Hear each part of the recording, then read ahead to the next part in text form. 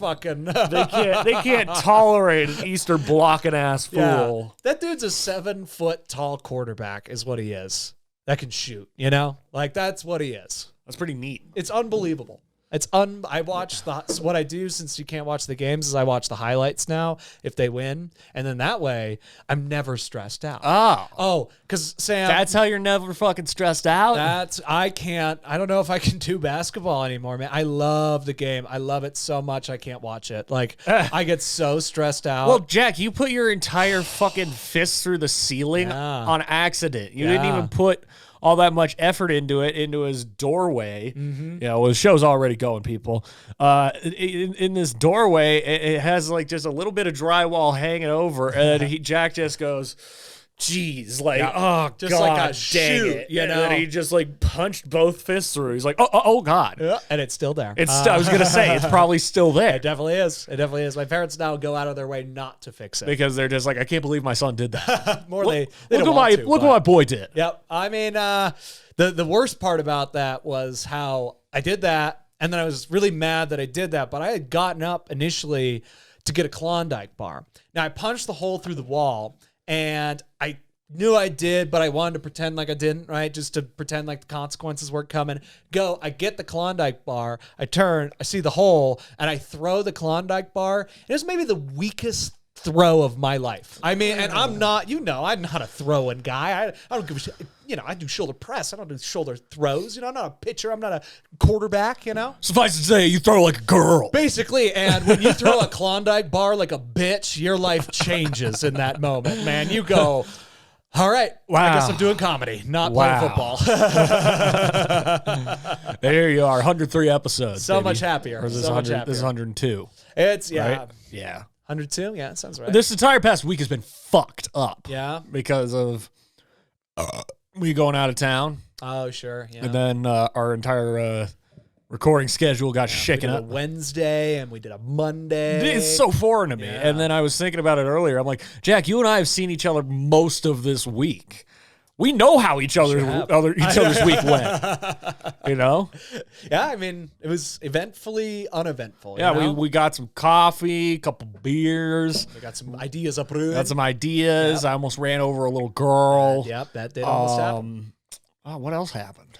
Oh man, I don't know. I mentioned this on the review show, but you know, I got the double Fauci ouchies, you know? So yeah. We're good there. We'll see what happens. It's getting weird, man. They're saying like you can wear a mask outside, or you can not wear a mask outside pretty much regardless, which is good, and I think kind of what should have happened a couple months ago. But also, whatever, you know, it's fine if people are more comfortable with it. I don't mind. I'm going to keep wearing my mask in the grocery store forever. I don't want anybody to have a chance of recognizing me. And again, that's good. That's good to do around Littleton, for sure. Yeah, you just keep, and not that I don't want to talk to people, but I don't want to talk to the grocery store. You know, what are we going to talk about at the fucking grocery store, you know? Yeah. I'm going to be getting a frozen pizza, and you're going to be like, Jack, what's up? I'm going to be, what's happening? How's your life going? And like, I'm going to want to ask so many questions, and I don't want to do it in the frozen pizza aisle. You know what I mean? Yeah. So, Jack, I like how highly you think of yourself that people are that interested. Exactly. Well, I mean, it is something I've dreamed of happening so that I could socially reject it. That's my... So... This is just you getting like your feet under yourself, and you just want to show off to people. You want to flex. It's like, I know socializing now. Get away from me. Do not talk to me. I'm telling you, it makes your day move. The knowledge of my life is a privilege. Or you can check out DMT Don't Miss This podcast. What's up? What's happening? See how we do things around here? Welcome to the dance floor, boys. You're on it. Fucking murder, dude. Yeah. I'm murder. Well done. I'm absolutely slayer. Yeah. A butt crusher in some circles. Mm-hmm. Mm-hmm. That's what they call you. Oh, okay. Tell me this. How did you come here? Like, did you go through the neighborhood, or did you go up King Carl or down Pierce?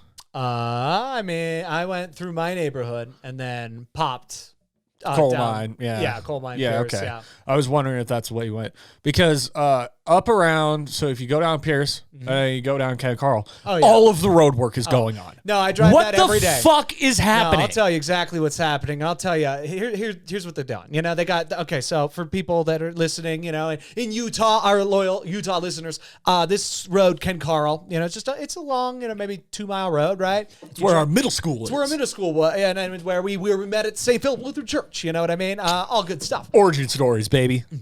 And so, yeah, they've had they're running. I have to assume the least organized construction operation I've ever seen in my life, because this entire 2-mile stretch of road has a lane on either side blocked off all day, and it's a 2-lane road. And they're doing the same thing on Pierce, too. Yeah, and it's really frustrating and it's really annoying because people are on that road all the time and not particularly safe. Like, it's one of those roads that transitions from speed to kind of neighborhood, you know? So, like, these are people sometimes are going 40, but sometimes they're going 50, 55. And I got to turn in there to get my neighborhood, all this different stuff. Here's what they're doing. They're changing the bricks on the median. And I drove by today and they're almost done on one side. And guess what? It doesn't look any fucking different. Dude, they're just spending fucking money. It's out crazy. Here. It's the same story down in Denver. They've been working a fucking Alameda off Santa Fe for God knows how long. It's crazy. Broadway seems to just have one. Lincoln seems to have one every once in a while. Yeah. And then all throughout Denver, it's just lane closure, road work. I mean, forget taking 14th all the way down. You got to get on Colfax and deal with that bullshit. Yeah. Because they're doing road work behind National Jewish, Nat Jew. I'm telling you, man, I'm not driving and just staring at the median and thinking about the decay of the bricks. Okay, I'm not doing it. Almost zero people are, Jack. If you are, you're driving maybe into the one median person, into and it's the into a person tree. being like, "What the fuck can we get somebody to hire us to do? What can we just waste money on?" Yeah. Because over at RC at work, we got this. We had this tent next to the way you were looking off. I thought my dad was behind me again, dude. Sometimes I look at that bear and I'm like, that's a cool bear, and then I tune back. So if that hat wasn't there, I wouldn't have been like, "Where's my dad?" Yeah, probably not. Yeah, wow. Yeah, you're on edge, huh? I mean, it's an entire blind spot. I cannot see anything going on behind me. Yep. I can't see the stairs in my peripheral at all. Right. I wonder if it had happened if it hadn't been like I was talking the whole time he was coming down, right? So like I didn't know how to gracefully transition. What is this? It's just ginger ale. Oh, okay. Bold ginger ale. Tell me what you think about bold ginger ale. Oh shit, that's bold. It's spicy. Yeah, that's not bad. I like that a lot. I like that a lot. But yeah, he's moving, and I was like, you know, I'm making a point about rocks scraping fire. You know, I got to finish this, but I'm also like, how do I bring this up? How do I? Well, I start talking. I'm like, yeah, you hit the spear off, the sparks were flying, and then you just go. That's all you do. And then I'm like, wait, what? Dude, no. Yeah, go check out Primal on DMT reviews. It's good. It's good stuff. That was, buddy. Yeah. Now I'm like really scared. I need to like put a mirror up in the corner, like one of those convenience store like warped mirrors, so I can see the whole basement and what's going on. It is funny because there's a wall of mirrors. Yeah, right this here. entire wall is a mirror, and I didn't see any of it because this fucking smoking gorilla that I had to get for set deck. I love it, man. But also, this would look cartoonishly ridiculous if you had the ring light and camera in the reflection of the video. But you could have seen your dad. These are trade-offs, Jack. These are trade-offs. This is the sacrifice. Hey, it made for good content for the show. It's all for the show. All for the show. All for you. But speaking of Raccoon Creek, over there in the event center, we had a tent, you know, and it was, pretty much like, those. It's a big awning, basically. It's just an overrated big awning. Sure. And the most annoying thing to shovel snow around, so fucking infuriating. And then Grant this year, somebody comes in, the fire inspector comes in, and he's just like, "Hey, there's heaters in this tent. That's a fire hazard. You got to build a whole new structure." So they plunk it down, $600K. Mm-hmm. I almost said 600 million. Oh my god, that would have been insane. Oh, god, if that kind of revenue was being made at that golf course, bro, I'd be livid. Yeah, you'd be doing pretty well. Oh yeah, but I mean, All our equipment could be better. Yeah. All of our salaries could be better. Dude, I'm telling you. Someday. Raccoon Creek, guys. It's going to blow up. Yeah. Now that we've talked about it, it's going to. Yeah, on DMT. Now that people it's going to be a frenzy tomorrow. Now that people know that they don't have to be scared when they go to these, just tent awnings, that they will catch fire because they care about these things. They care about these hazards. Water break. But here's the thing, Jack. They plunked down $600K for this big structure, and it's entirely made of wood. Yeah. And they're putting heaters up along the railings. Good Christ. And then the fire inspector's like, oh, that's totally fine. Yeah. Like, what? And Grant is not happy about it. He's just like, dude, don't even get me started. $600,000. And that's all I said. I'm just like, how? Yeah. There's a conspiracy going on. The fire inspector, he's got a buddy, and he's a contractor. He goes, hey, I'm going to go fudge up some inspections and get you some work. Yeah. Big bang boom. We're building a whole new gazebo. If I learned anything, or pavilion, they call it. If I learned anything from my time working business development and networking with the various professionals in the metro area, that's basically what it is. Yeah, it's basically like, I know you, you're my friend, let's do this thing. You know what I mean? Like, it literally is that. I mean, that's entirely possible. Like they could, might be exactly what's happening. That's what I've been thinking and observing of shit going on in like Denver and stuff, especially with the apartment buildings. Yeah. It's absurd how they still charge this rent because they're just slapping up apartments left and right, like nobody's business. And from what all I can tell is it's like somebody who runs these construction operations has a buddy who's getting them work. Yeah. Because I have no idea how there could be any demand for this shit when we have blocks and blocks and blocks of tent city downtown. Lower the fucking rent, assholes. Yeah. Nah. Don't build more things if you can't fill them with people. But then they can't make money. Yeah, they will. It will absolutely add up. But there's a risk to it. Oh, really? There's a risk to life, man. That's what I'm saying, dude. All these get used to it. Safe, Get fucking used to it. Get fucking used to it. This is our world. I ain't no fucking bitch, chef. I don't give a fuck. That's the truth. Yeah. It's the fucking truth. Oh, fuck. Hey, Jack, how was your week? It's good. I'm trying to think. Again, it's Sisters in Town. That's been fun. Hanging out with the sister. The Kate Cat. Yeah, I watched Bad Batch, which is like the new Clone Wars show, which is pretty sweet. It was like the movie with it's cool with Jason Momoa and Jim Carrey playing very weird roles. Yeah, I know. No, the Bad Batch. I only know a little bit that they had an episode in the final season of Clone Wars, and that they got a spinoff. Yeah, they're pretty cool. Aren't they like like a deformed set of clones or something? Yeah, they're like genetically altered. So one of them, Wrecker, is like a big, strong, giant hulking one who's kind of dumb, but he's got that soft spot. Then there's Hunter,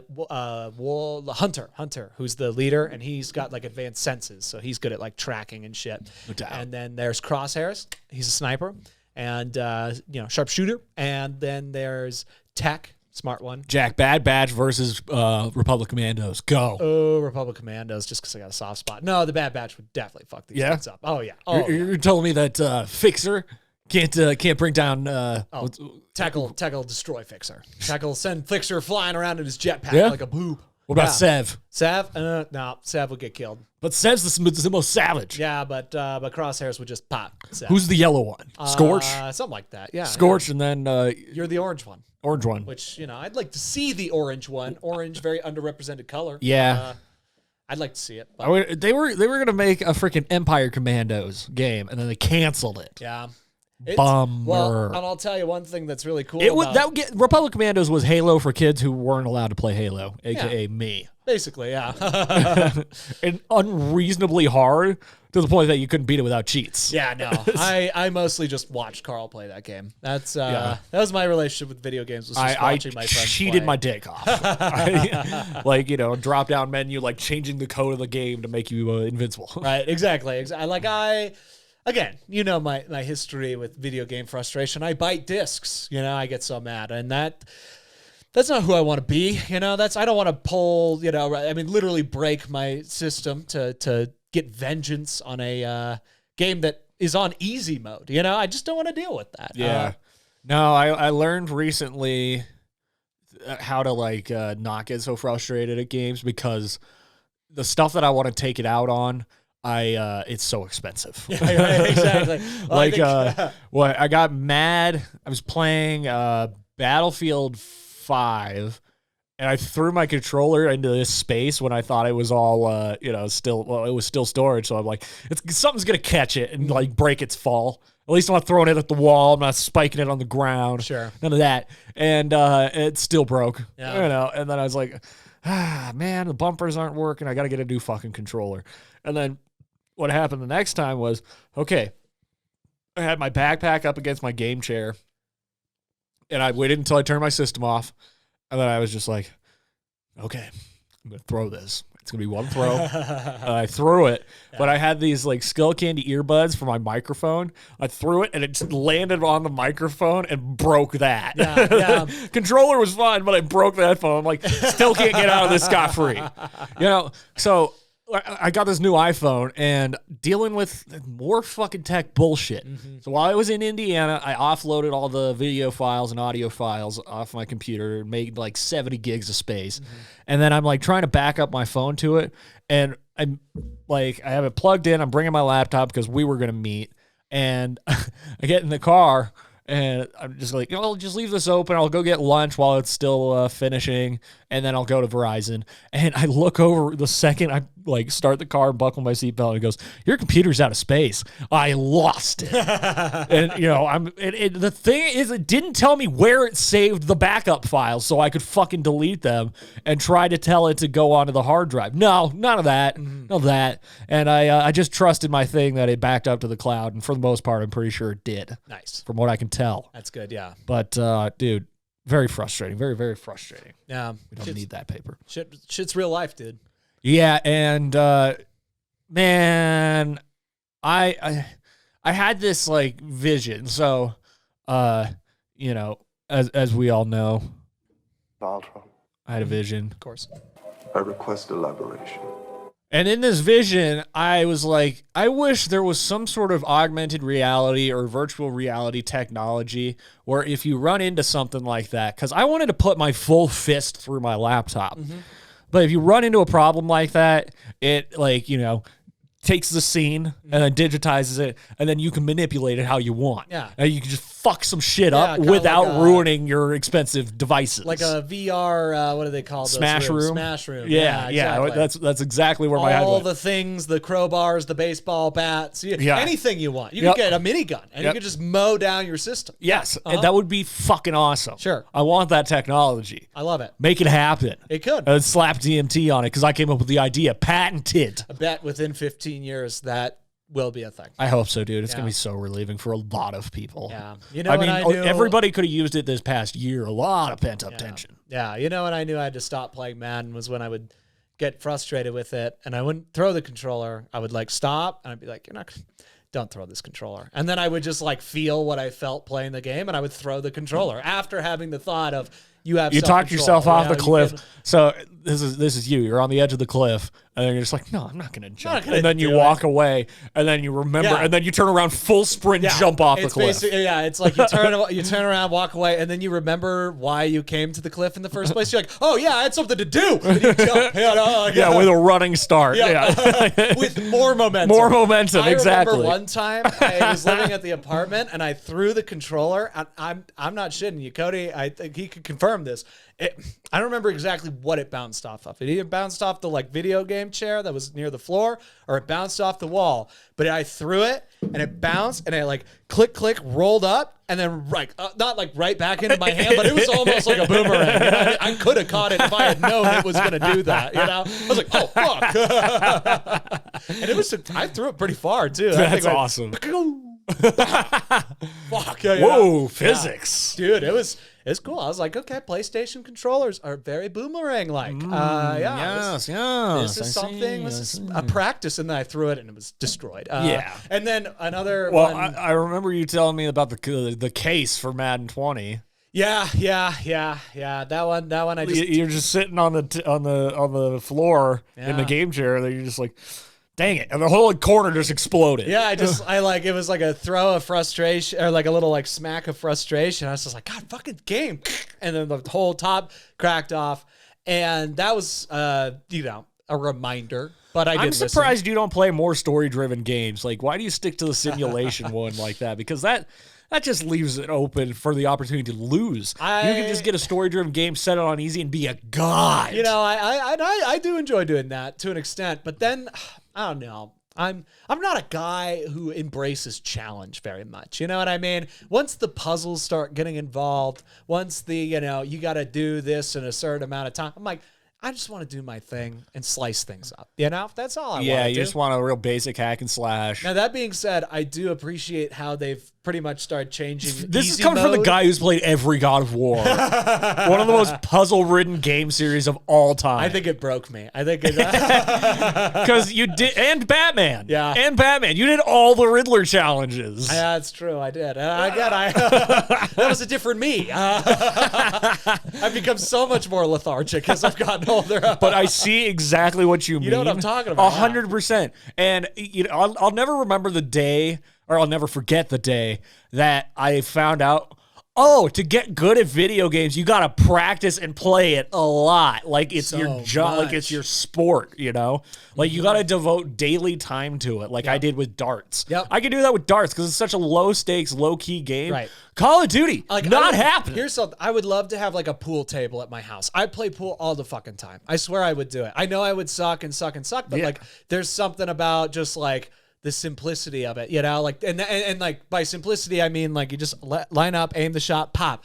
With video games, with darts. With video games, I like the barroom games. Yeah, exactly. Cornhole. If you had cornhole at home, too much about it. You just need your mechanics down, right? Yeah, and you need to have obviously mental wherewithal to know how to play the game. But there's no emotional investment other than competitive. And the other thing too, and I want to just be honest, growing up, everybody was so much better at video games than me. I was disincentivized. I didn't even have any video games until like sixth grade. I would get my ass whooped in video games, and I'd be like, "This is such a unfun experience for me. I like watching movies so much more than this." But that's so lazy. I know. That's so lazy. But I'm right there with you because I mean, I play more video games than you, so that makes me a little bit better. Sure. But I'm 100% super casual when it comes to games. Yeah. So it's like I drop in to play like Apex Legends with the other guys, and it's a joke. Yeah. It's a joke. If we get a victory, it's like once a year, It's a joke. Oh, dude. But then you get Reed who plays all fucking day,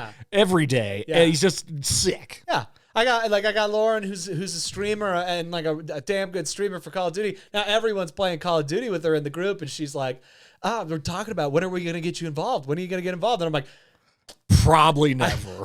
This is exactly what I told her. I just said, I just love how much you guys love me. Thanks for thinking of me. Thanks for thinking of me. Thanks for thinking of me. And it's just like, I get it. I get why people, it's one of those things where like, I'm the kind of person where if I see a massive crowd doing something, I want to go the other way. You mean an absolute contrarian? Yeah. I'm the same, dude. It's just like, if I'm there and I'm a everybody's Patriots doing fan for a reason, dog. Right? I mean, like sometimes you gotta walk your own path. It's the poster in Fargo. And like, here's the deal, man. I think sometimes we gotta crisscross paths. If we're all walking over each other's thing, I don't like where this analogy's going. No, Jack.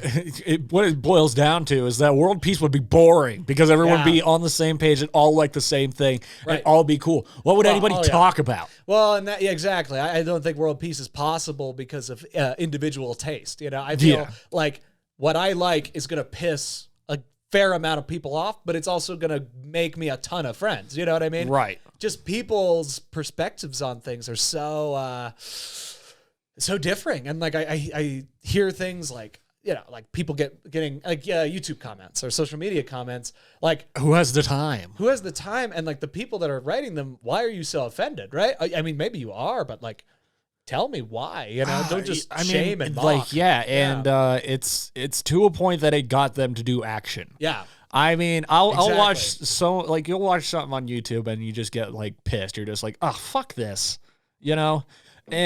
But you chose to watch it. Exactly. And I'm like, well, that's my fault for watching it. I'm done. Exactly. And I know a little more information about this that, I'll just keep in my back pocket. Maybe I just never. I mean, yeah, there's been plenty of times where it's like there's somebody on a Rogan or something like Alex Jones, and you just watch like 30 seconds. And you're like, oh fuck this! What an asshole! What an idiot asshole! I've listened to all And then like you get worked 20 up. hours of Lex Jones on Joe. I think it's Alex, hilarious. Alex. Alex.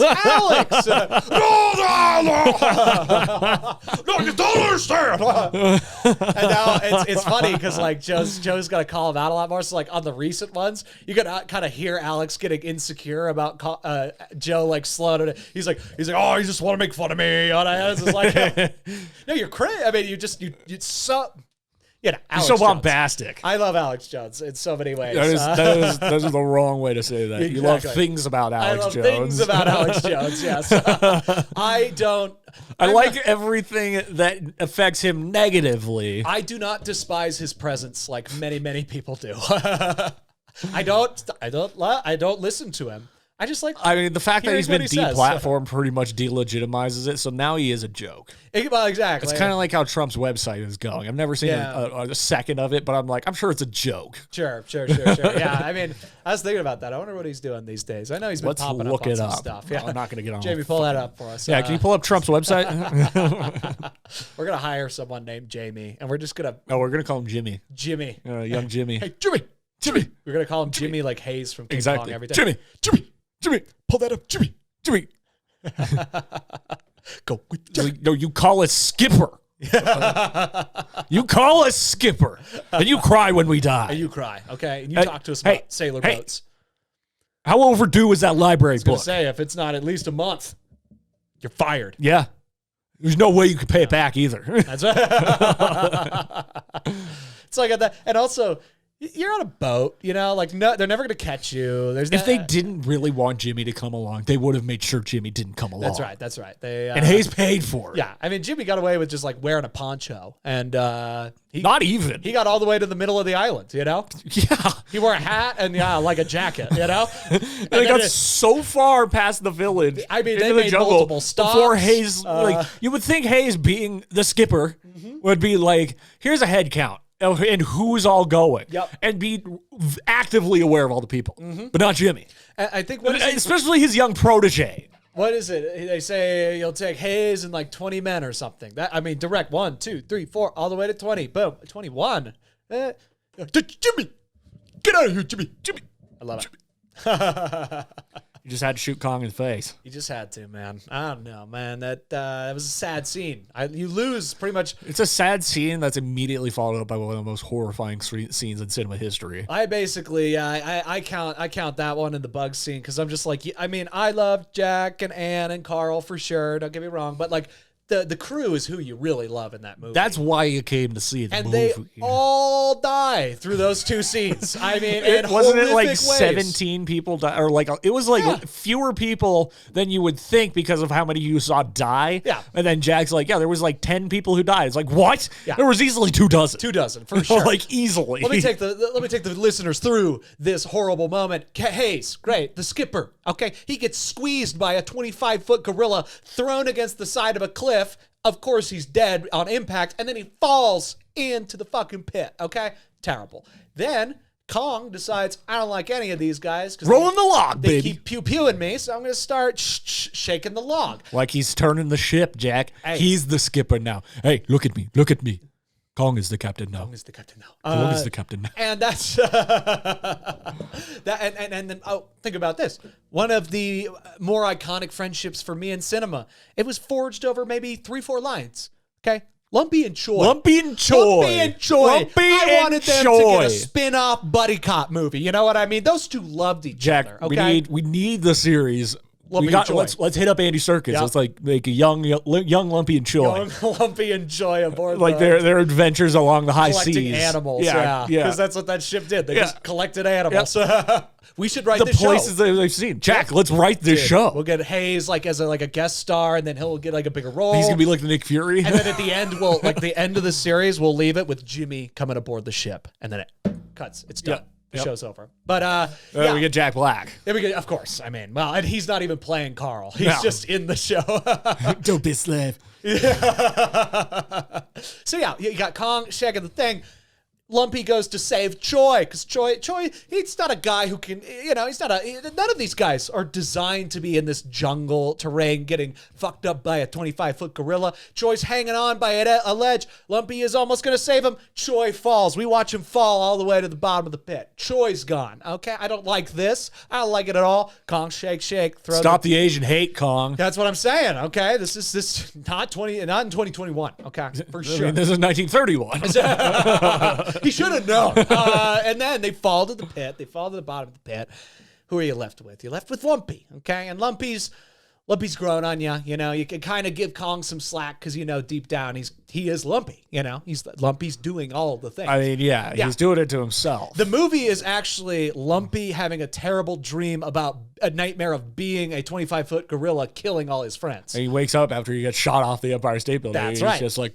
And he wakes up in the pit, and then worms eat him alive in the worst death of any of the other ones in the movie. Oh, no, he gets eaten by uncircumcised penises, man. With teeth. Yeah, they got the foreskins and everything.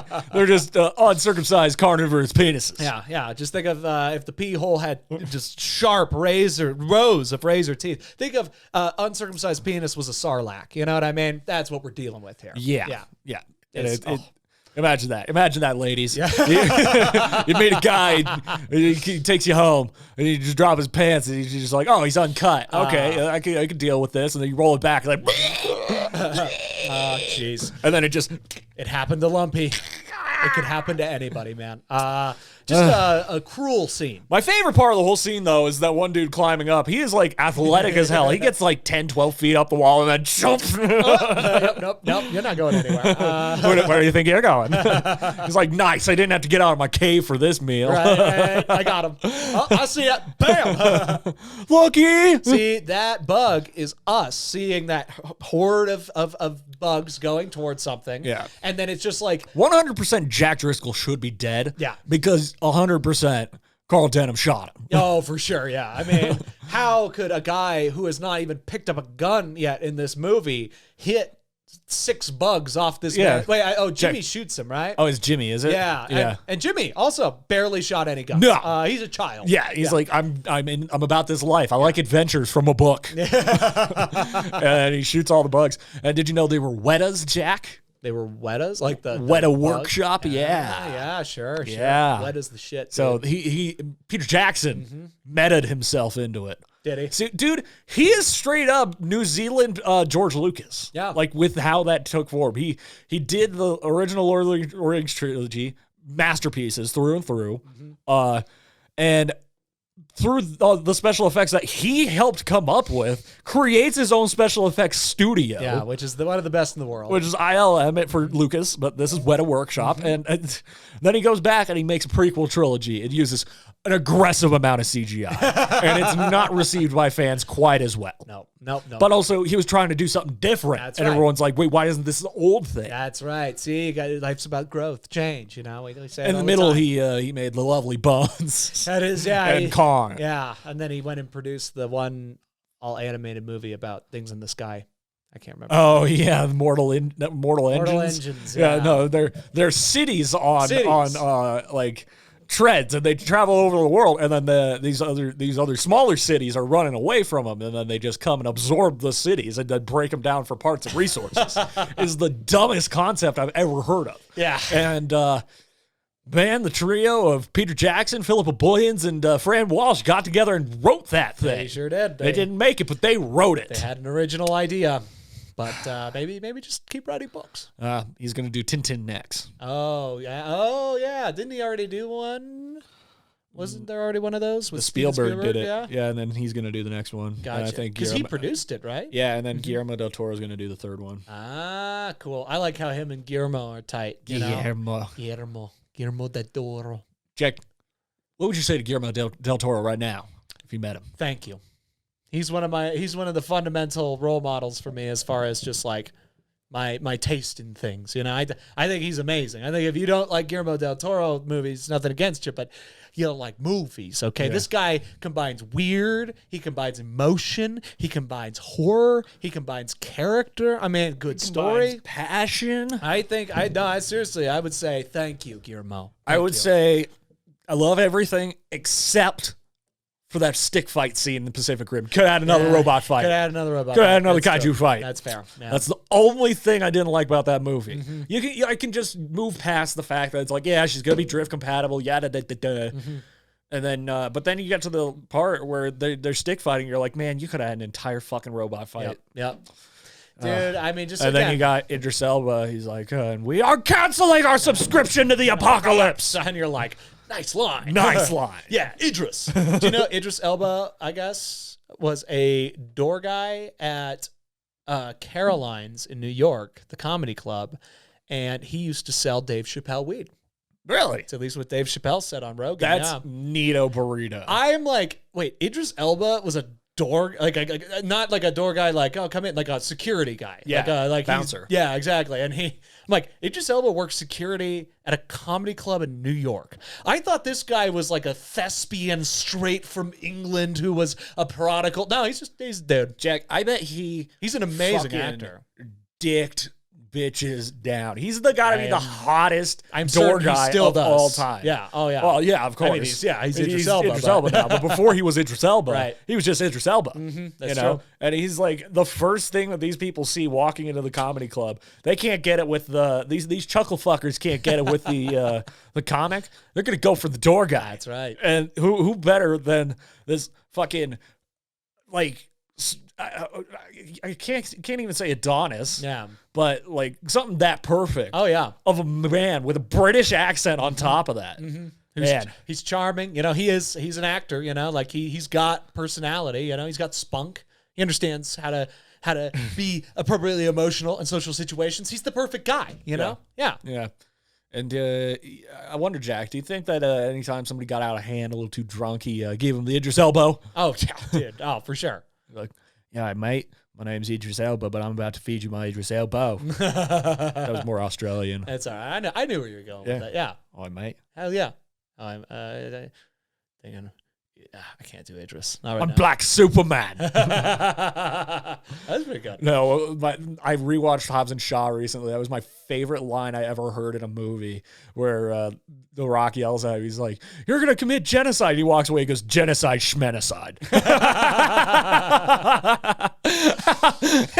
But it's like the dumbest line, but delivered so well by Idris Elba. I see. Genocide, schmenocide. You know, you just got to wonder, like, you know, we'll write things and I'll think about like an actor reading and I'm like, okay, I would hope they'd want to read my writing or work, you know, and stuff like that. But like, It's garbage. do you think when either he read that line in the initial script or like he was given that line by the director or whatever, he had any sort of judgment? You would have to imagine. 100%. Idris Elba, the man, was like, what the fuck do you want me to say? What are you asking me to say right now? He's probably like flipping through the script and he's like, wait, that's not the dumbest line in the movie. That's seriously what you went with. Okay. You had years to write this movie, and you came up with that. Genocide, schmenocide. And you want me, Idris Elba, Luther. Yeah. The Black Superman. As Black you called me Superman. earlier. Yeah. Yeah. You always say genocide, schmenocide to Dwayne Johnson. Well, we gotta I'm make Heimdall. Well, we gotta make Dwayne look cool, you know? Like Dwayne's got plenty of And he's like, okay. Yeah. Okay. That- And then he takes that as the opportunity to deliver that line. Because every person in that movie is just chewing scenery like it's gum, dude. Like, it's crazy. Can you imagine if it was like he actually has a great like whatever his response is like it was gonna be iconic. It was gonna he was gonna be the best character in the movie. Dwayne read it and was like, absolutely not. He does not get this one. Okay. What should it be? The worst thing you can think of. He's like, genocide's just a concept that might fade away in the new world. And that's his line. And Dwayne's like, nah. Genocide, schmenocide. Genocide, schmenocide. We could do this in 2 words. Just have to say genocide, schmenocide. Just do it for a take. Do it for take. Let's see how he 15 takes later. It just nails it, but he is not happy with Dwayne. He's like, fine, I'll read it, but I'm going to put some real cheddar on it. Put some real guac on the side. Do you think a lot of Dwayne Johnson's actions in this day and age stem from him still having insecurities from trying to be the good guy in the WWE and being booed relentlessly? No, I think it comes from him going bald. You know what? I kind of think that might be true because I remember when he had hair, he did a lot of movies. You watch Get Smart and it's fucking weird. It's weird, and like you know, even Scorpion King, he's got long hair. Obviously, it's not his hair, but like you watch these movies in the period where Dwayne Johnson had hair, and you could definitely tell he was learning how to be an actor. He was kind of figuring it out. He was doing his thing. He was way smaller. But the moment that he shaved his head, he started doing like 3 movies a year. Yeah, like wasn't it like it was the one where he's the driver guy. It was like it's what kicked it off really was like Fast 5. Oh yeah. And then he did like Driver, Snitch and then Fast, and I think he did Driver, but he did Fast or Faster. Faster. That's what it was. Yeah. With Billy Bob Thornton. Billy Bob, And like boom, boom, boom, Bane and Gain. And they just kept getting more like Dwayne Johnson was the main character. Dwayne Johnson was the main character. Yeah. Dwayne Johnson is the main character, and now he's Dwayne Johnson. Yeah. And now he has such control that he can just be like, listen to me, you little shit. We're making this movie my way. We need to get clips from out here in Miami, it's hurricane season. But we got to get to the gym. All right, DJ. We got to get to the gym. We got to get to the gym. That brief little pocket where Dwayne Johnson and Hugh Jackman had a little Instagram fun feud. And then Kevin Hart ruined it. He took him away. Dude, he took Dwayne away. Actually, they're very That funny. was the thing about Hobbs and Shaw was Kevin Hart. Yeah. Kevin Hart and Ryan Reynolds. Reynolds and Rob Delaney, which I got those two because David Leitch just directed Deadpool 2 before that. But Kevin Hart is just it's like, man, he made such an impression on The Rock. Yeah. That The Rock's like, I'm bringing you everywhere. I'm telling you, dude, there's nothing more fun than watching like Kevin Hart or other people do an impression, or like Jack Black do an impression of Dwayne Johnson, and watching Dwayne Johnson watch them do the impression. Because like everybody else kind of like laughs and goes, he just is like, he loves it. He eats it up. It's sincere. Yeah. Oh, he loves it. Because he's the most self-aggrandizing motherfucker in the world. I can't say this enough. We love Dwayne Johnson here at the DMT studio. We're not talking shit maliciously, but we're talking shit. We're kind of. I mean, that's what we do, dude. Exactly. Our review show isn't really a review show. It's let's eviscerate this thing or absolutely blow it because it's so good. Yeah, let's take this thing beat by beat and either love it or hate it. And Dwayne Johnson is just the man. This episode, by the way, is going to be a banger. Is it? Because I watched it. You watched the MK, buddy? I watched the MK. Hey, buddy. I got shit to say. Hey, yo, MK. I got something to say. Jack, you should go out for Johnny Cage. Have you heard who might be playing him? Oh, yeah. Wasn't it an MMA guy? Oh, no. Oh. I heard Ryan Reynolds. Really? Yeah. That's what I heard. I don't know. It's a rumor, but it's not. If anybody could play Johnny Cage, it's Ryan Reynolds. But he would just be playing Ryan Reynolds. Exactly. That's all he needs to do. That's actually very true to form for Johnny Cage. Yeah. You give him and glasses, Ryan Reynolds has the Johnny Bravo hair, and he make him like pump up his arms a little bit more. Boom. Yeah. Yeah, there's or who was it? Cody Rhodes, wrestler. Yeah. I think it was him. Oh, it was just like, interesting. dude, I look exactly like Johnny Cage. I'm made for this role. Yeah. Cast me. I do. Yeah. Ed I did know that Boon. guy. Mm-hmm. But Ryan Reynolds would be pretty perfect. But he's way older than the actress who plays Sonya. That is true. It's fine. Whatever, dude. Who cares? Again, Idris Elba, Ryan Reynolds, these men are on different planes than us. You know what I mean? These guys, they transcend all things, you know? I hope that movie gets a sequel because this was an entire setup movie. Yeah, I know. Oh, my God. No, actually. We'll talk about it on the reviews. Yeah, it's confirmed as a 5-movie deal. Nice. Yeah. They're going to make 5 of these fucking things. Anyway. I mean, there's enough story to tell that wasn't told in the old movies. I just hope they fucking actually do the tournament. Mm-hmm. Again, back to The Rock. I gotta say real quick because the button's not there and I don't want to reach to you know the one. Listen. Yeah, when dude, sometimes when my it God, happens, I gotta actually apologize for that. It hits me in the mouth, dude. It kicks you in the back of the neck. Like I'll have to like scooch over here a couple times, you know. Yeah. Anyway, no, I apologize for that because the other day I made some real good chicken Alfredo in my Instant Pot, and when I was getting ready and everything, I was stoned. I had the plate and I was like reaching for something on the counter and it just tilted a little bit, fell off. Winston ate it and he's been ripping it ever since. Yeah. And that's probably why that shit in the bathroom is so creamy. Again, it looks. For the viewers, it looks exactly like the toy poos that you used to be able to buy at prank shops. It's wild. I hope I can just like scrape it up with like a dustpan or something and just toss it. Get it out of there. Yeah. I do not want to do the bag inside out thing. Got to feel the steam. Don't want it. Well, it's very old, Jay. Anyway, Dwayne Johnson. Yeah, so back to The Rock. No, I think it's because he's bald, dude. Yeah, makes sense. But also, same with why Vin Diesel and Tyrese took it the most offensive that this new bald guy, these two new bald guys, dude, with Statham as well, are encroaching on their franchise that they have control over. I mean, I have a whole bit about this, Jack. No, it's real, dude. It's real. I think bald people are control freaks. I run the show. Sure. I was thinking too. When you think about it, like fictional characters, Thanos, Walter White, Lex Luthor, all control freaks. It's bald people. Yep. You need that again, like you said. You couldn't control. Yep. You couldn't control male pattern baldness, so you're just going to control everyone else. It makes sense. I think your theory has been confirmed over and over by history, historical data. Yeah, I think you're onto something. Yeah, here. Jeff Bezos. Yeah, sure. I mean, why again? Jeff Bezos. Think about those dudes back in the day who wore the wigs, the powdered wigs. Take those off, they're bald. And those are the judges. Those are the military people. Those were George Washington. That was George Washington. Okay, everybody was bald and faking it back then, which is hilarious. Right? I know it's weird. It's weird what people do. From my experience, becoming a baldman, just not having to pay for haircuts anymore. Yeah, that's pretty huge. Yeah. That's a pretty huge deal. I'll tell you, dude. I finally have gotten to the point where I'm like. It's not that awkward longness, like there's an awkward longness that I usually can't get past, but I think we're at a place where I'm like, I can do something with this. Now, that being said, I got to get a swoosh going, and this shit gets in my eye all fucking day. I'm over it. I want to go back to the buzz cut, dude. It's so much easier.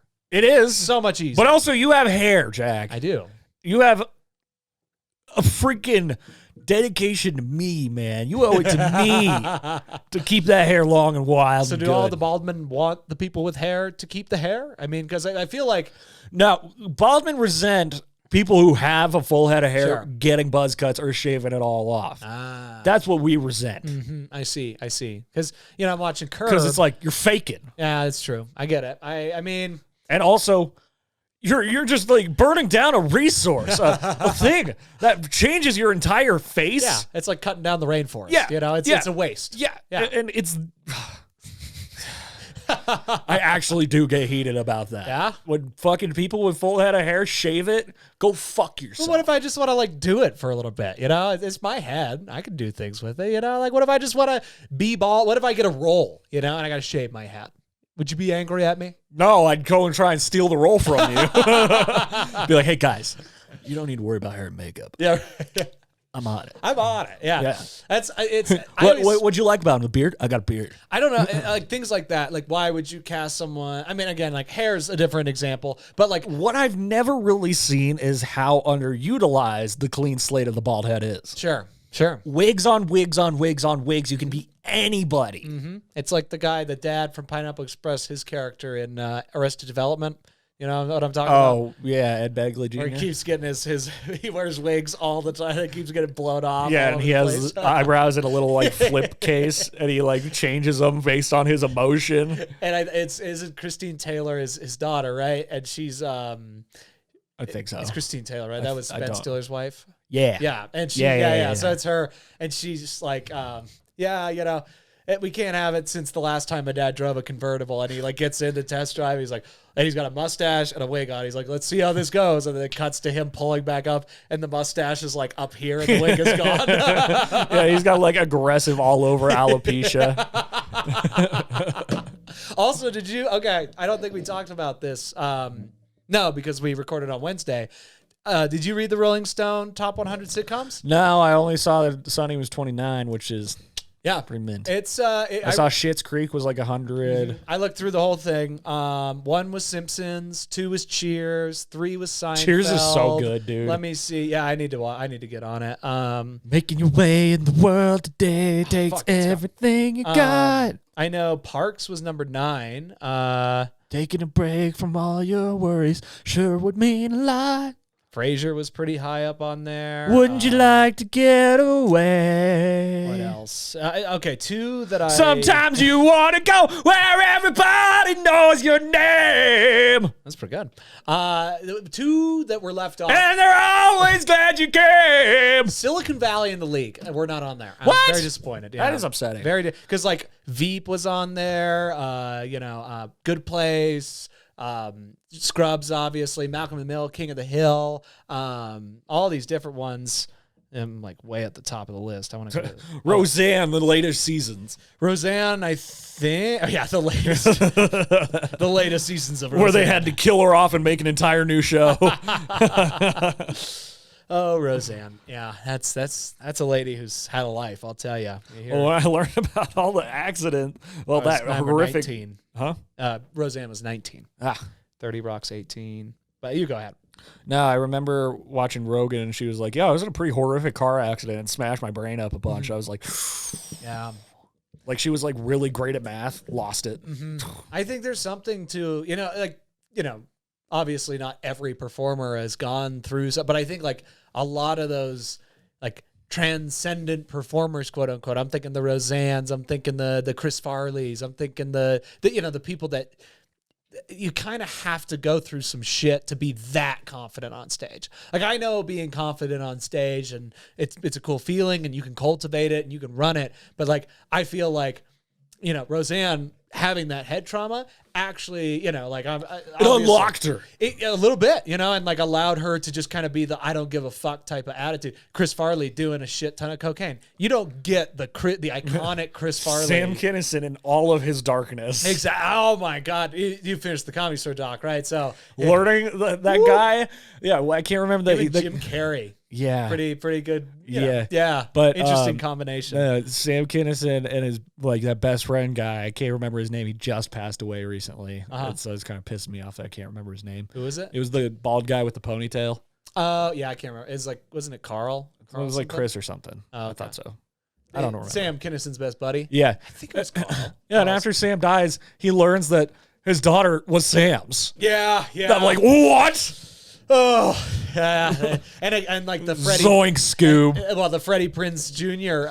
Thing, where, oh my gosh, I think we've told this on the podcast before, but I would love to retell it because it's one of my favorite things. So Jimmy Walker tells this story of apparently Freddie Prinze Jr., who was running the world. Not just regular Freddie Prinze. Oh, yeah. Sorry, yeah. Freddie Prinze Sr. Yeah. Junior is Fred. Oh, because the Scooby-Doo, I was all confused. I mean, yeah. The wires were crossed. But, so Freddie Prinze Sr., he's this young kid who's like super duper successful and living life up. Now, in the 70s, another famous young man did a little thing called Grease. What was his name? John Travolta. Oh my God. Yeah, and Freddie Prinze did not like John Travolta stealing spotlight. Oh shit. Yeah, apparently this was Scientology. This was not something he wanted to be a part of.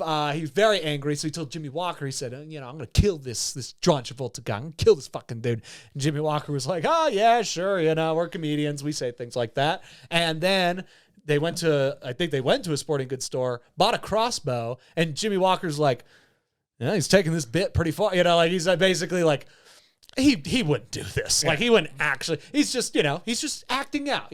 And then apparently Freddie Prinze went to John Travolta's apartment, knocked on the door, waited. Nobody was home. And then shot 3 crossbow bolts into the door. I think if John Travolta had been home that night, he would have died. Who knows? If my God. Oh my God. And, God, it's a crossbow. Freddie Prinze, what are you doing? And they show the police report. It says 3, victim, John Travolta, 3 crossbow bolts in the door when he arrived home or something like that. And it's like, holy shit. Jake, I mean, imagine that. Imagine you coming home to that. That'd be titillating. That'd be very exciting. The game is afoot. I'd be like, oh my god, what could I have done? Jack, well, the laundry list is extensive. It is. I know. Like I would have to but it'd be nice because I would reminisce. You know. No, Jack, you'd be flattered. You'd be unbelievably flattered if somebody had a personal vendetta to the point that they, if you were home, would have killed you. You're just like, wow, someone's really thinking of me. And I would have had someone who's really thinking of Jack Anderson today. And then I would have had a big smile, and then I would have gone like, you're like Pete Holmes. You'll love attention, positive or negative. It's very true. It's very true. And if I saw it was crossbow bolts, I'd be like, it'd be pretty cool to get killed by a crossbow. You know what I mean? Yeah. How'd he die? Whoa! Shot him with a crossbow. Oh, well, that's a story at least. You know, like I shot him. Oh no, like super sad. Stabbed, super sad. Beat him up, super sad. Shot him with a crossbow. Who is this person that shot him with the crossbow? You know what I mean? What has he done? Like, I'll never forget. One of the lessons we learned in driver's ed was about road rage and, like, you know, how to handle it and stuff. And the story they showed us was a video of a dude, and they spent like 10 minutes talking about the crossbow the guy had in the back of his car and how it had like arrows with like these tips where they would like go in and then they would like bend back. They would barb out, yeah. And then you pull them out. It would do all the things. And like rips damage and shit. I'm like sitting there watching this. I'm like, this is fucking driver's ed. Why are we watching about crossbow? Yeah, arrows? because that dude got out of the car and shot at him with a fucking crossbow. Yeah, but like people do that with tire irons. They do it with their fists. They do it all the time. Like it's a thing that happens. Why was I was happy that the crossbow was such a prominent instance, you know, but yeah. Have you ever road raged or had somebody road rage against you? Sure. Yeah. Oh, yeah. I can't say that I have. I mean, I've had rage on the road, but I've never like targeted somebody. Oh yeah. And been upset with how they're driving and then go at them about it. Oh, I do that all the time. You do? And then I fuck with them and then I like go really like I'll get close and then I'll like disappear into traffic. I can't think about that. I'm trying to drive, dude. I'm trying to be a good driver. Dude, I'm thinking about 16 things while I'm driving. Yeah, it's clear because you ride the goddamn brakes so hard. You get on everyone's ass and then you just ride the brakes. I sure do. You know, I'm safe. I know distance. I got a magnetic sensor in my mind. You are a nightmare on the road. And I'm always on it. And you're always late. Well, that's why I'm a nightmare. I got places to be. Okay? I'm being very disrespectful to people's time, and I need to be somewhere. I'm trying to be a good friend. Okay? Yeah, am I 2 hours late? And at that point, you know, why even go? And why, if you're 2 hours late, why move with urgency at that point? You've already been so disrespectful of their time that why not be safe and get there and not put others in danger? But no, I feel the pressure of having been the guy that was so disrespectful of the time that I need to go, dude. There's no time to stop. You have no consideration for people's times. No, I don't. You really don't. Not even your own. No. Yeah. It's terrible. It's a bad habit. It was great because at noon you text me, hey, I'm just go out, go home, take a shower and everything. I'm like, all right, it'll be about like 1:30. It's all true. It's probably gonna be 1:30. And then it was my fault that we were 10 minutes late. It was Apple's fault. Okay, it was Apple's fault. I'm trying to get the hang of this phone. Sometimes it doesn't tell me I got messages. I hate Tim Cook. Oh, dude, He can't cook. no. You just cook up schemes and ideas. I ain't no fucking bitch, chef. I don't give a fuck. That's how I feel about Tim Cook. Yeah, he's not He a ain't no chef. cook. He ain't Yeah. a chef. Katie was watching some food show today, and I met Tim Cook. looked so good. Stop scamming us. Make something new. Because that was the whole thing. I went from an 8 to a 12 iPhone. Dude, it's like the same fucking thing. I was like expecting it to be a real leap without the home button or, you know, all that shit. No, super easy, barely an inconvenience. Yep. And it was like kind of disappointing. wow. I'm just like, oh, Jesus. I guess I got to keep this thing alive for 4 years because otherwise it's not going to be worth it. Apple basically has a choice here because I think they are probably the most innovative of all the phone companies. I mean, they created the smartphone. You know, that was them. And everybody else has been just kind of copying. Here's what you do. You don't chase the capitalistic profit of every 2 years getting people to re-up and buy a new phone where the real only difference is updated cloud features, which like at a certain point how useful is it versus how much are you creating a dependency on Apple? Are you forcing us to suckle the teat of a company that, like, I'm fine to buy products from, but I don't want to buy all your products because I have to, you know? Yeah. And don't make it a fucking gun to my head situation. Don't get rid of the USB slots when everything uses fucking USB. that's the relationship I have with Apple right now versus go like, all right, we made the smartphone. We made a pretty damn good one. And like, there's really nothing we can do new with the smartphone itself. We can make tweaks. We can help people like just have this thing and not have to worry about paying for it all the time, you know? And meanwhile, we'll take 5 years and we'll do the new thing. Because in 5-10 years, if you have those kinds of resources and that kind of innovation, yeah, you'll think of the next thing. You'll create holograms, you know, and shit like that. The only time I've ever seen that happen was with Ubisoft and Assassin's Creed, because what was the last one they put out? Like Unity or Syndicate, something like that. And it bombed so hard. Like it was glitchy as hell because they rushed it. And it was all new next-gen console stuff. Super glitchy. And then it was just the same fucking gameplay. And then they were just like, guys, we don't have to rush to put these out every fucking year. We're not Call of Duty, you know?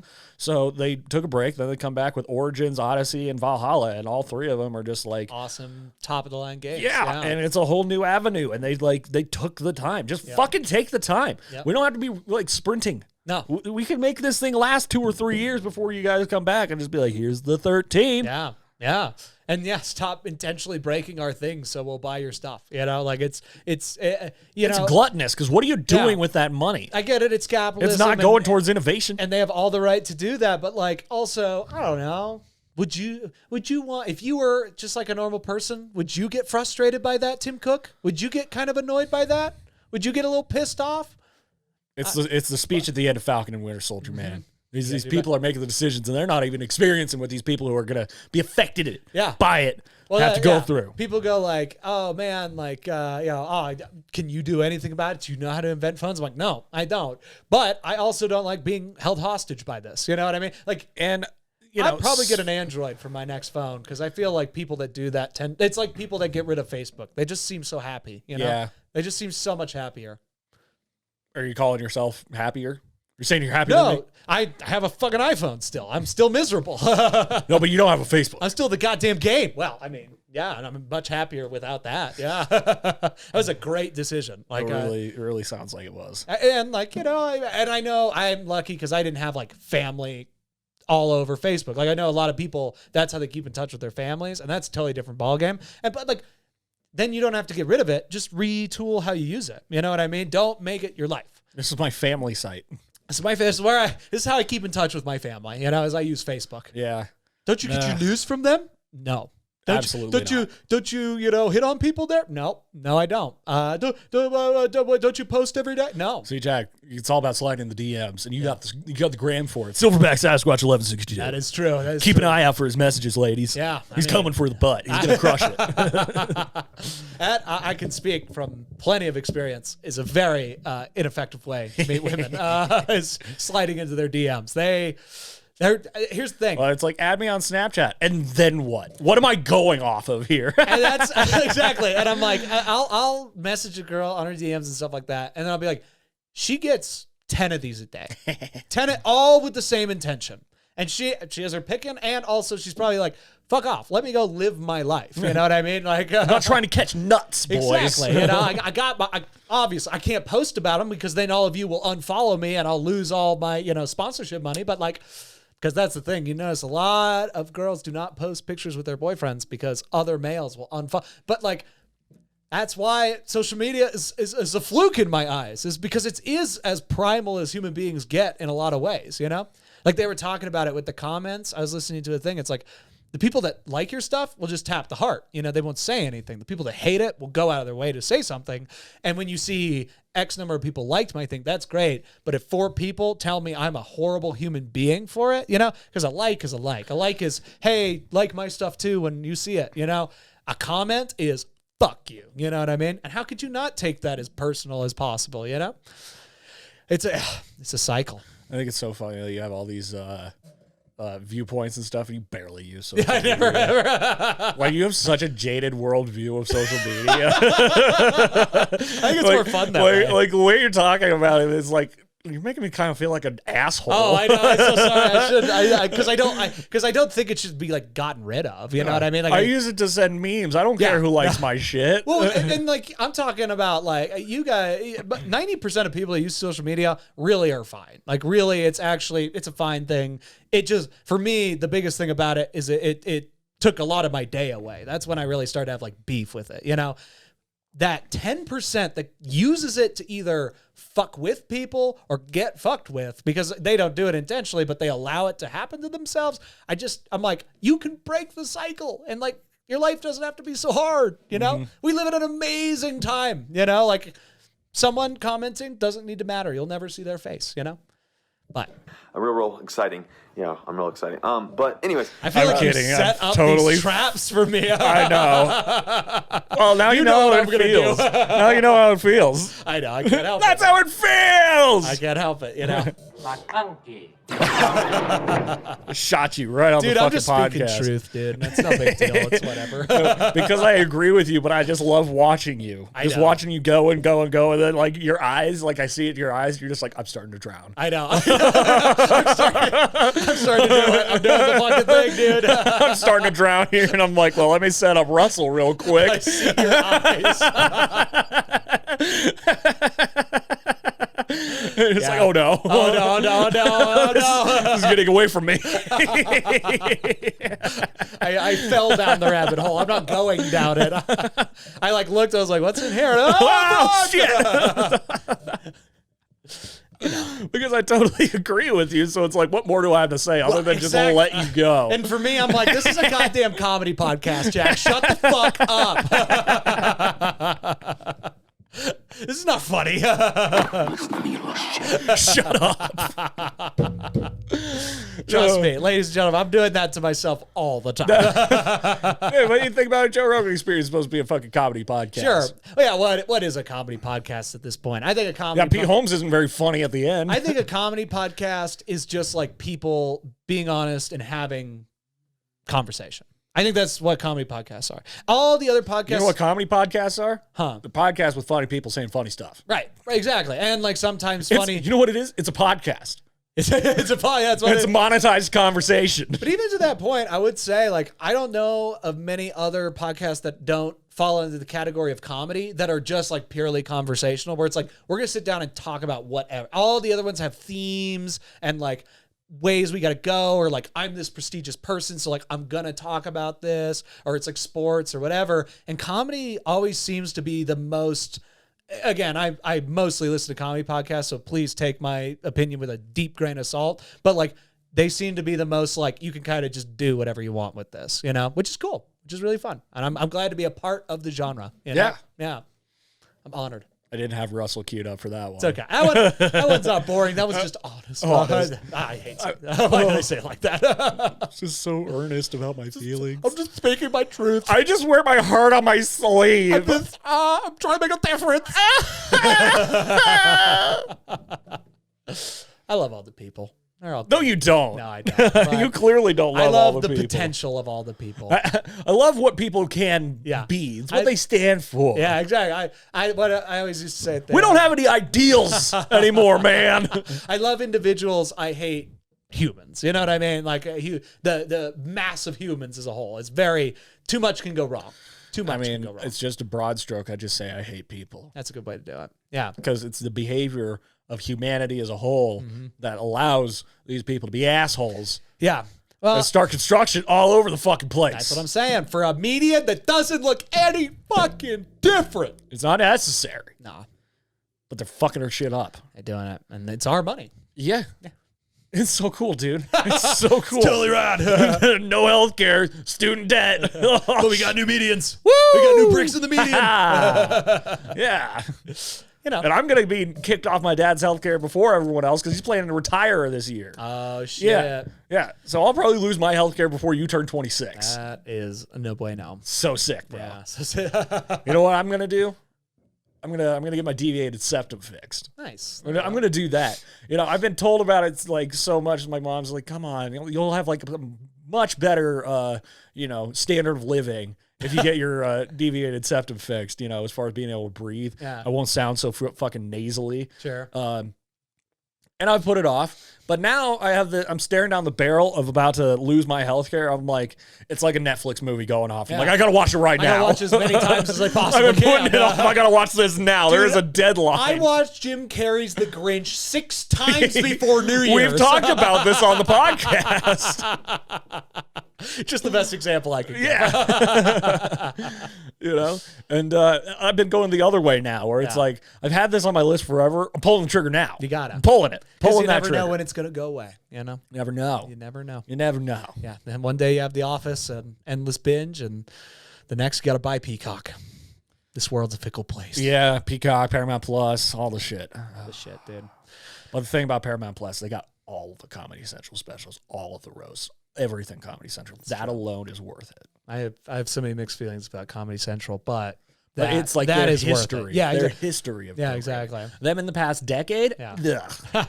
I like how I hate Comedy Central, and obviously, Actually, no, not the last decade. The last 5 years, because in the last Sure. decade we got Workaholics in its entirety. that's true. Key and Peele, Key and you Peele, know, yeah.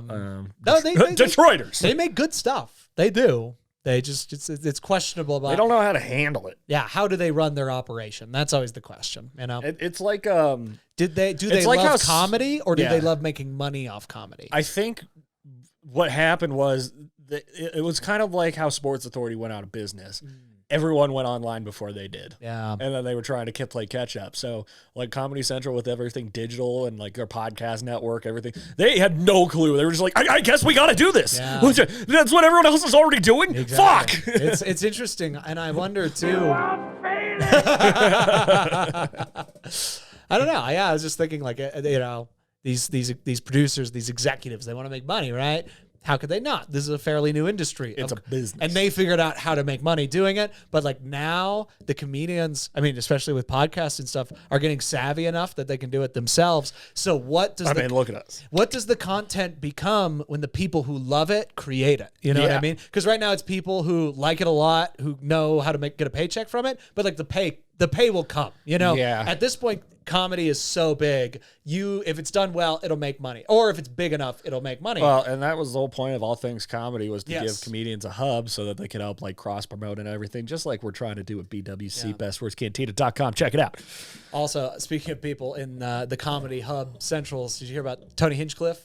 Yeah, he got canceled. Canceled hardcore. Yeah, and I then watched Ari the video. Shaffir. Did you watch the video? Was it edited? Because Ari Shaffir posted the unedited version. And he said that it was pretty standard comedy show. I watched, like, it was edited, but like, again, I mean, like, he definitely said super racist things, but like, he was saying, I think my understanding of the way he was saying those jokes was like making fun of the audience for being racist towards that guy, or maybe because I didn't see the other guy's set, maybe that guy was just doing like, again, I'm not justifying his action. I just don't know. Like, the way it sounded to me was like that guy made some Asian jokes and the audience like really loved it. Like, it sounded like he was like, oh yeah, you love him talking about being noodles hack and about stuff it, like that. yeah. Yeah, like he was like, I like almost calling the audience racist and like having fun with that. I don't know though. Like, that's how it kind of sounded to me. But he was blatantly racist 3 times. But it is, and saying safe comedy, that's what Austin is trying to become, is a place where comedians can try anything, right? Yeah, and that includes burying someone who was a fucking hack. Also, stop bringing cameras into fucking comedy Exactly clubs. what I was just Stop about to it. say. Stop. It ruins the art form. Yeah, if you do that, you're a piece of shit. If you record a stand-up comedy set, you're a piece of shit. Yes. You are a piece of shit if you record a live stand-up comedy They hire set. people to do that Yep. specifically for a fucking Stop reason, it. because Fuck it's you. fucking ready. And even if you think this is racist and you're going to change If the world. you expect comedy to be perfect every time you go to a fucking club and somebody comes up there and has a totally like ironed out, fucking polished set, you're fucking dumb. They Yeah. go on tour with that shit. Yeah. You go to a comedy club where that's where they are, they're fucking falling on their face 90% of the time. Yeah. Because they're trying new shit out. They're trying to take risks. And when you do that, you fuck up their entire life. Yeah. And it's like, You fuck up the process. exactly. You fuck up the process and you fuck up the ability to talk about things. You literally, you take away free speech. You These know? people think they're teaching them a lesson, but Yeah. they learn the lesson on stage when it's not received that well by the audience. Then they go, okay, keep that in mind for next time. It's probably going to be something I don't use again. Yeah. And what is the stem of it? Oh, my kid's going to hear it and then they're going to think that's okay and they're going to this. maybe if you're a good enough parent and you spend enough time with your kid and you just teach them values and what this world is and what humor is and what just the different complexities of life are. And you like, so many people treat their kids like fucking dum-dums that they got to deal with, that they love and are cute, but they're like, well, I got to go to work though, so pay for the babysitter, got to go, you know? Yeah, your kid's going to listen to anything because they don't have a fucking parent, you know? And you're the one bitching about how this is ruining our kids' lives. And also, it's over. It's over this entire fucking parental guided era. It's over. The FCC has no control over the internet. Like YouTube has this whole like video filter algorithm for kids and all that shit. Still doesn't fucking matter. The kids are going to find it if they're going to find it. Yeah. And I mean, that's something that I've noticed. Like when I was watching that Girls 5 Eva on Peacock, they were fucking saying fuck and all that stuff, swearing like normal. And I'm like, I think that's just how content's going to be now. Why should be. fucking censor it? It should be. If you don't want to use swear words, fine. Like, that's your choice. And, like, Jerry Seinfeld, right? Yeah. You can knock it out of the park. Right. You can fucking crush it. If Nate Bargatze wrote a fucking sitcom, it would be completely devoid of comedy and not comedy. Can you imagine? Nate Bargatze, sorry. Nate Bargatze puts on the most serious, It's intimate a serious story. family drama about a comedian. He puts out the new This Is Us. Yeah, exactly. This is Nate. This is Nate. The spinoff. He wasn't even in the show. What is this? Santino was in the show. Was he? Yeah, he was in a couple episodes. Santino's an actor, dude. Oh, yeah, he's been acting. I mean, I'm dying up here. My thing is with putting restrictions, especially on kids who are like learning and developing, right? Think if like people like, what if I took your cigarette? What if I took your wine? What if I took your car? What if I took anything from you? How would you feel? You get pissed at me. Well, okay? it's also treating kids dumber than they are. Right. Kids aren't dumb. And Kids learn about this shit way quicker than you expect, especially True. now with the internet. It's over. Yeah. It's fucking over. Yeah. You could probably I bet there's first graders watching porn. Yeah. You know, I bet the age of innocence is over. Mm-hmm. You know, you can't have the FCC coming in and knocking everything down when there's this much content. Yeah. I'm going to tell like a personal, maybe boring, stupid story and All right, guys, buckle up sorry. to tune out. It's going to be weird. Let me get Russell up here. I think there's a point to be said is I remember I was in an advertising class, in college, and we were watching this advertisement that they do during the Olympics that thanks moms, right? And it was just the Olympians as kids falling down, the moms helping them up, and then them becoming Olympians and kicking ass, right?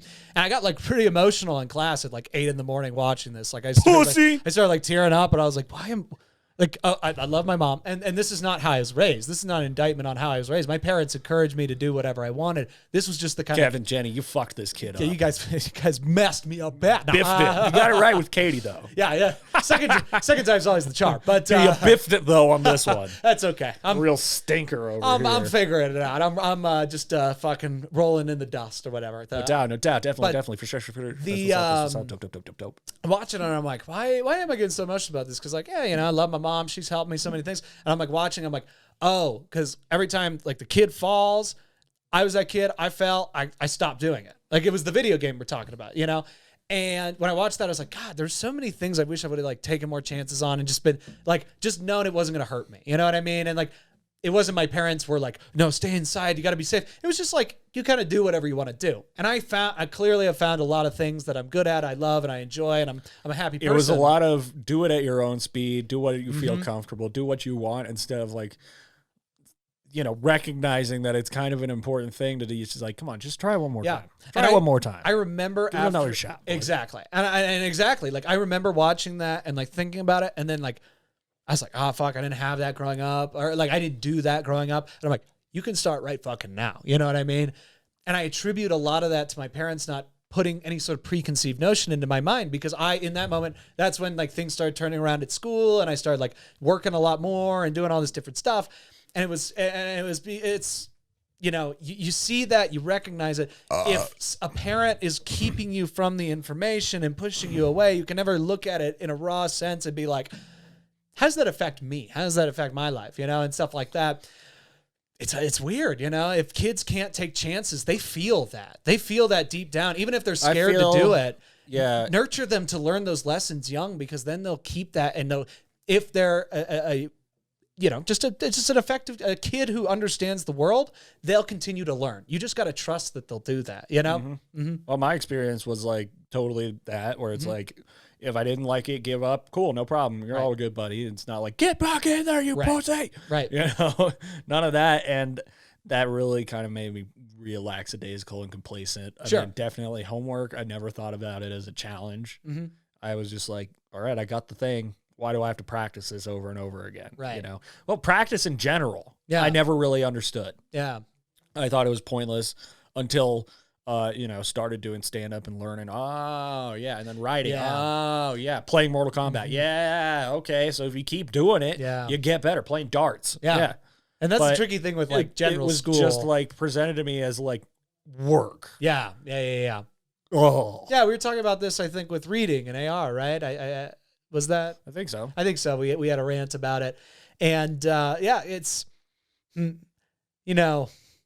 kids are really smart. Kids are really, really, really smart. And they're pretty fucking cool. Like whenever I see a kid, I'm like, I'm going to get on this kid's age level. You know what I mean? I'm going to talk to them like we're having a conversation. Oh, dude. Oh, I'm a killer with kids at parties. And like, they like can get if it's annoying. like a party where the parents brought the kid over and the kids are bored, Simmy B's entertaining. Yeah. It's so easy to get on their level and entertain them. It's like barely any effort. And it's so important, it's so important to raise your kids with like that sort of compassion and love and also just openness to the world. And again, Tony Hinchcliffe being a racist or not being a racist is, an extension of that. But like, if we don't ever allow him to say that, how can we ever? Because somebody, I'm going out on a limb here. I'm saying all these people trying to cancel Tony Hinchcliffe are homophobes. Maybe. I mean, I haven't seen who's doing it, but like, they're homophobes or anti-wrestling fans. That's fair. I don't know, because if Tony Hinchcliffe isn't going to say it, somebody else is going to say it. Tony Hinchcliffe's going to say it on a stage in a way that may provoke the public or an audience or whatever. It may be humorous to some. Someone else is going to say it, then they're going to be racist and they're going to be hateful, and then they're going to build a tribe of that, Yeah, man, Jack, I mean, I'm thinking about it. If I were to get canceled, I would seek endless retribution against that one person. I would go and actually ruin their life. Yeah. Because that's the thing. That's the entire thing, is when you get canceled, you lose your livelihood, you lose your passion, you lose the opportunity to. And they're from people who walk away scot-free, like the Avengers. Yeah. And they blow up a city and walk away. They're just like, what's up? It's cool. Yeah. Like, no. You got to Zemo them. You got to Zemo them. You got to take them down. Yeah. Yeah. Yeah, in a passive way, subtle ways, stalk them, don't murder them. Find out the behavior patterns. Throw in little inconveniences here and there, and then just watch their world crumble. Can you imagine if you got caught, though, in the process of doing that? It's like canceled comedian Sam Butler caught stalking the first person. The person responsible. That called him, racist or whatever, you fat shamer. Yeah, so it's like, why were you following them? They ruined my life. Got to pay it back. Life for a life, Life for a life. Brian Callen probably has had that conversation recently. I'll take someone's life. Without killing them. Yeah, no. We're not talking about taking life. We're talking about livelihood life, which, that happens in the Bible all the time. Like, it has to have, that's my entire attitude too, like, politically. I haven't watched a single fucking clip indicting Joe Biden outside of Fox News. Yeah. No Steve Colbert's, no Seth Meyers, none of that. Nah. And it's like, hey, man, if you're going to be a comic, you got to be impartial. You got to do it both ways. I mean, I'm a big believer. Yeah. I just really am so not cool with the, okay, for example, pot calling the kettle black could be basically like, that guy over there is jerking off. Yeah. Get mad at him for it. It's like, dude, fucking look him down. Sure. Look what you're doing, fuckhead. Mm-hmm. You're an asshole. Mm-hmm. It's all over the place, man. It's a cycle, and like the Stephen Colbert type thing, it's a good point, because it's like, if you're gonna go after Trump that hard, right? If we're gonna put Trump, and I get it. Some people really thought he was going to destroy the country. But so much of what Trump was doing was low-hanging fruit that you didn't even have to work for. It came to you. And if you do that, if you inflate his name like that and stuff, then he becomes so powerful. Like, I think if you strike me down, I will become more powerful than you could ever possibly imagine. I think all these late night comics talking about all the time, SNL talking all this shit, it just made him stronger. Like, it really did. I mean, it made him mad. Well, I'm sure there were people who ended up being Trump fans because they're like, God, shut up. Oh, I know people. I know people that did that. Fucking Ice Cube did that. You know, yeah, Ice Cube made a song called "Arrest the President" about Donald Trump, and then voted for Donald Trump the second time. You know, like shit changes. Don't get so embedded in this politics bullshit because it's gonna be different in a week. You know what I mean? Like it's just fucking.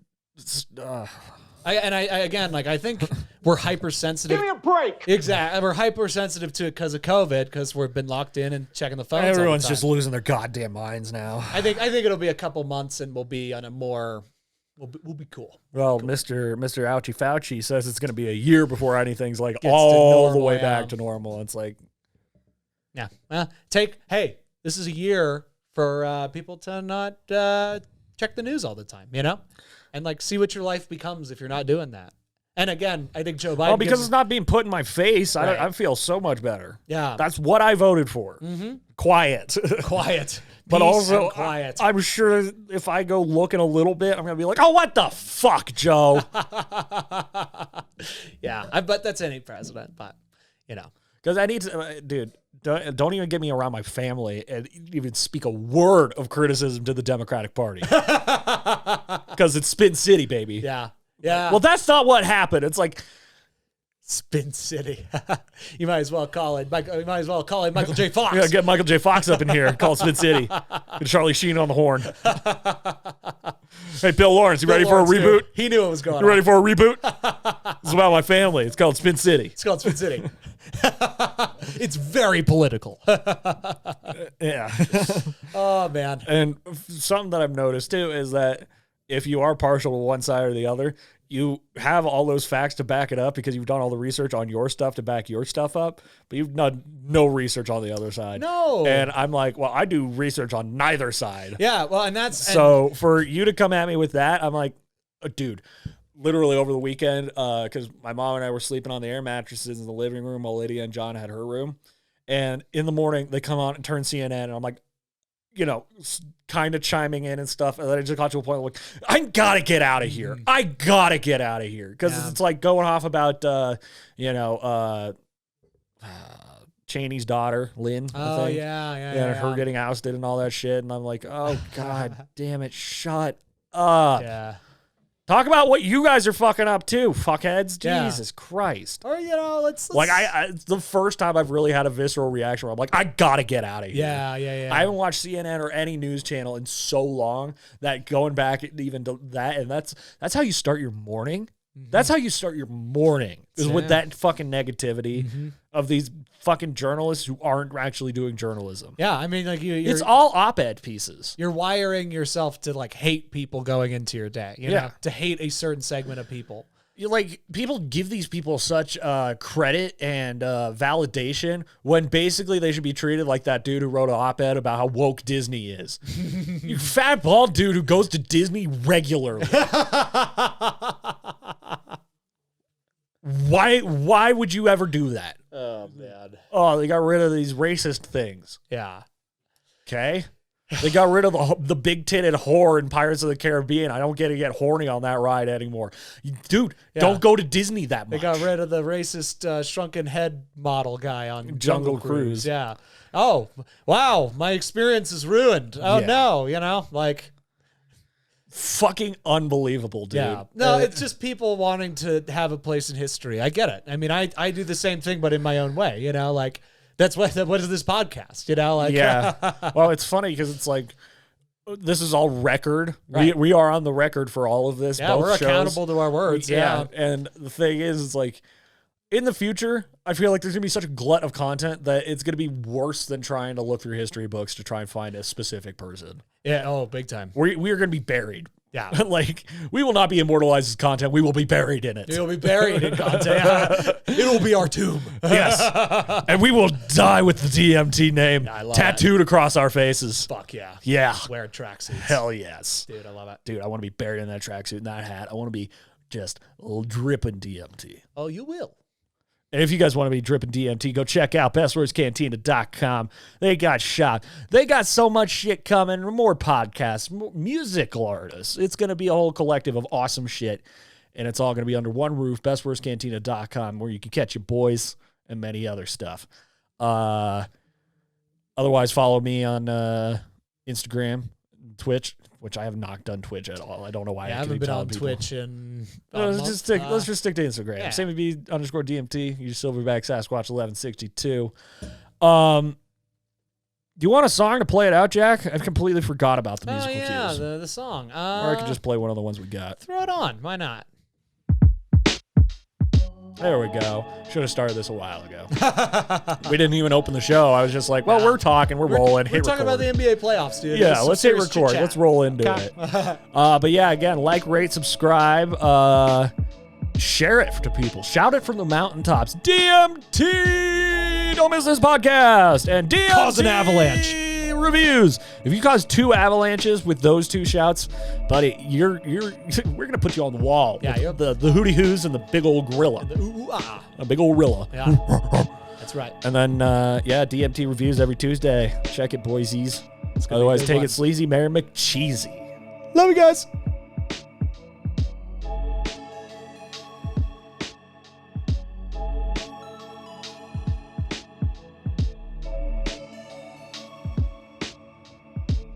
And cut.